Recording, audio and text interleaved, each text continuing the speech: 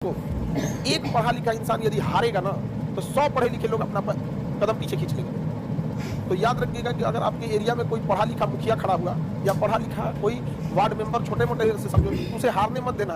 तो वो हारा तो 100 ठोको क्या करेगा, पीछे खींच देगा।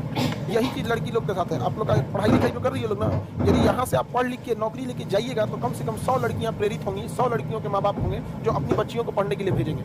लेकिन पटना में उठाया हुआ आपका एक गलत कदम, चाहे दिल्ली, पटना, मुंबई, जहाँ भी लड़कियाँ पढ़ रही, समाज जो है ना पुरुष प्रधान हो गया, तो आपका एक गलत कदम 100 से ज़्यादा लड़कियों का रास्ता रोक देगा। इंडिविजुअल से ज़्यादा कभी बार आगे बढ़ के सोचना चाहिए कि क्या करना चाहिए क्या नहीं। हालांकि पॉलिटिक्स जो होती है, राजनीति, ये एक बड़े पैमाने पर ही होती है। तो समाज में एक बड़ा हिस्सा है जिसको समाज से कोई मतलब नहीं है, उसको 500 रुपया मिल जाए, काम खत्म। समझ में आ गया कि नहीं? क्या उस देश में आप राजनीति समझा रहे हैं जिसमें बारात में खाना खाने के लिए कुर्सी पर वो खा रहा है तो बीच में खड़ा है, कुर्सियाँ लेके खड़ा है, उठेगा तो हम खाएंगे, लास्ट रोटियाँ से पहले खींच लेता है, हो गई छोड़ा। अब राजनीति समझाने जा रहे हैं लोग यहाँ पर। ऐसा तो ऐसा है यहाँ पर, जो सोशल रिस्पॉन्सिबिलिटी जब तक पब्लिक के अंदर नहीं आएगा ना, वो कभी नहीं जगे।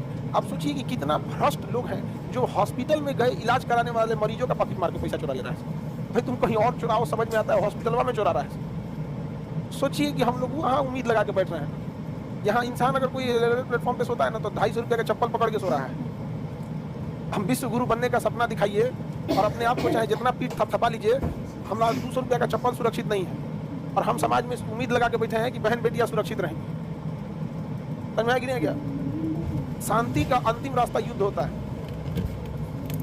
अगर आप हिंसा छोड़ देंगे ना, या फिर बहुत ज्यादा तरीका मतलब सोचेंगे सबको दिक्कत हो जाएगा। अशोक ने हथियार छोड़ा, अशोक बर्बाद हो गया, मगध ही बर्बाद हो गया। उसको हथियार उठाना जरूरी था।